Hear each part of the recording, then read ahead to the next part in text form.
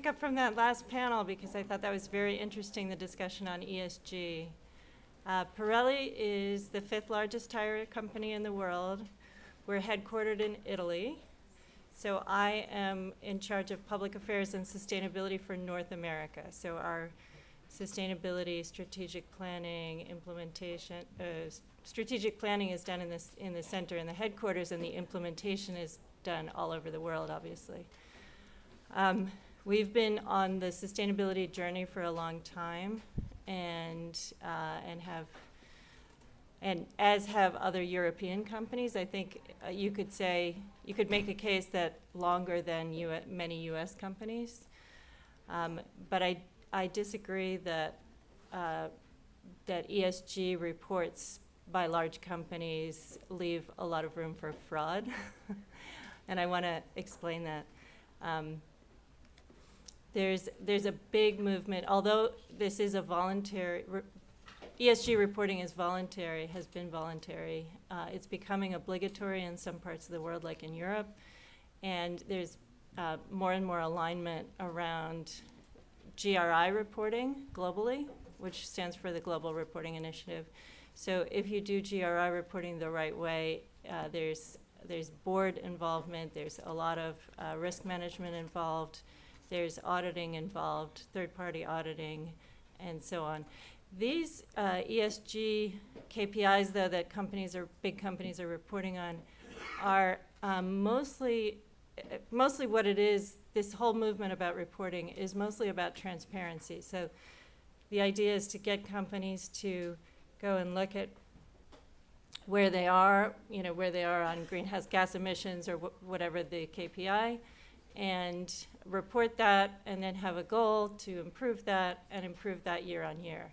So it doesn't mean that if you do a great job of reporting, it doesn't mean that your absolute values are going to be the best in the world, but it means that you're on the journey and that you're being transparent about it, which I think is a big breakthrough in terms of where we had been 20 years ago.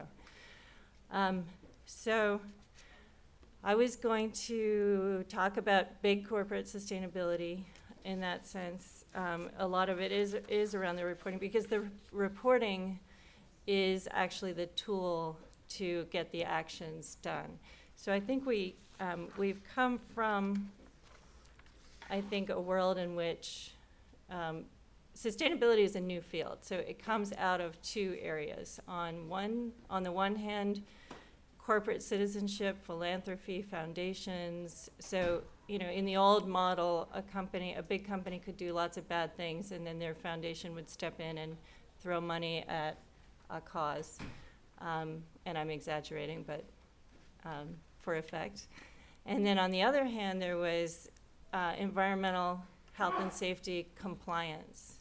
And so the EHS side is mostly environmental. The CSR side was mostly social.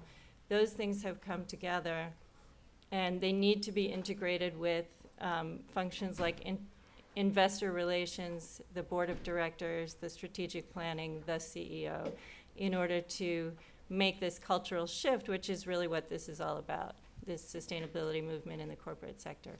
And I will say that, according to many surveys and barometers and so on, corporations are expected now to solve these problems that we're seeing up on the screen. People don't have that much faith in governments, and I think we're really entering into a phase of partnerships required partnerships between big companies, civil society, and government to really solve those problems, and that's what everyone's moving towards. So I think there's a lot of I'm very optimistic. I think there's a lot of good in this new phase of systemic thinking, collaborative work. I just came this morning from a session on deforestation that involved companies from lots of different industries, but we were really stepping back and looking at all of the problems and all of the solutions, and how do we approach this really, big picture.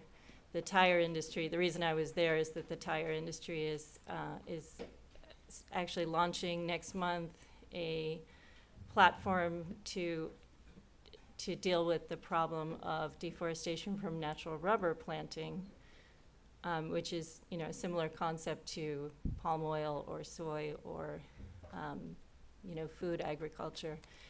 That, as demand rises for tires because of growing populations, more people moving into the middle class, there's greater demand for natural rubber, and farmers in Southeast Asia are taking down forest in order to make room for those plantations. And so industry needs to tackle that, but we can't do it alone. We certainly can't do it alone as single companies. So this is an exciting, I think, phase in sustainability where it's all about collaboration, partnerships, solving global problems. And I think that at the time of the Paris Accord, there was a bit of a tipping point, because really NGOs had been kind of the conscience in a bit of a conflictual relationship with big corporations. Corporations were bad. Maybe they still are. But in Paris, corporations and NGOs were working together hand in hand, side by side. And I think from there we're going in that direction more and more. So things like deforestation, we can't do it without NGOs and the skills that they have on the ground. They can't do it without us probably either. So that's going to be, I think, the wave of the future, is really thinking about whole systems and really collaborating. Going back to the kind of the state of sustainability, here in the US I'll talk about, because this is what I know best, but there are still 15% of S&P 500, so the largest publicly listed companies, that aren't doing the sort of sustainability reporting that I was talking about. And that was in 2017, but it's changing quickly. So hopefully all companies will be doing that sustainability reporting, which I think is a foundational piece, because then you can start really digging into the metrics, looking at the problems, having goals, and coming together to solve problems. So we heard about ESG investing, and I was also going to say we've also crossed, I think this year, I would venture to say, a tipping point in terms of pressure on companies from investors. So that's a key stakeholder, not our only stakeholder, but although some companies, are coming from a place where it seemed like it was their only stakeholder, and that they had to just deliver for the short-term quarterly profits, and without any long-term thinking. I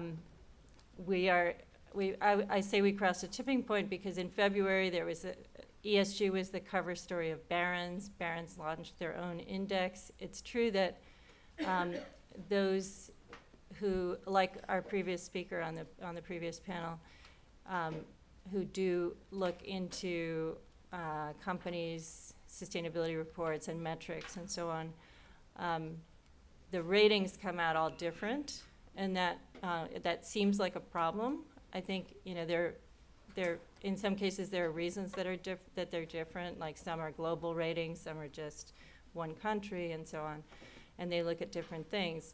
But it's also true that it is true that we need more alignment on what are the best practices and what are the KPIs that everybody wants to look at together.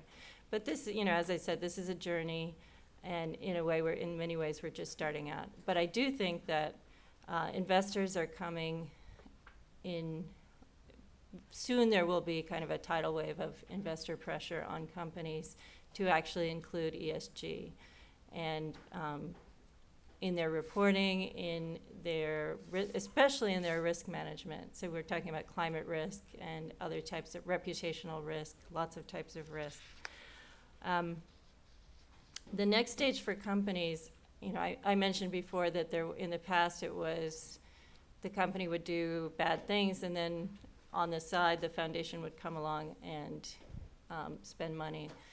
Now it's become very clear that companies need to integrate. So she stood up. I'm going to just read 4 or 5 numbers. So a recent study showed that companies who integrate sustainability fully into their business operations, which is what we're trying to do at Pirelli, can enhance sales as much as 20%, can increase productivity by 13%, can reduce employee turnover by half, can protect their company against litigation risk at a value equivalent to insurance that's worth 4% of the company's value, so that's an expense, can increase their share price by up to 6%, and can create a reputation dividend worth up to 11% of their market capitalization, reduce financial risk, the cost of equity, and the cost of borrowing. So that, I think, is very clear. Those numbers are very clear. It's time for companies to integrate sustainability into their operations and move forward and solve problems. Thank you.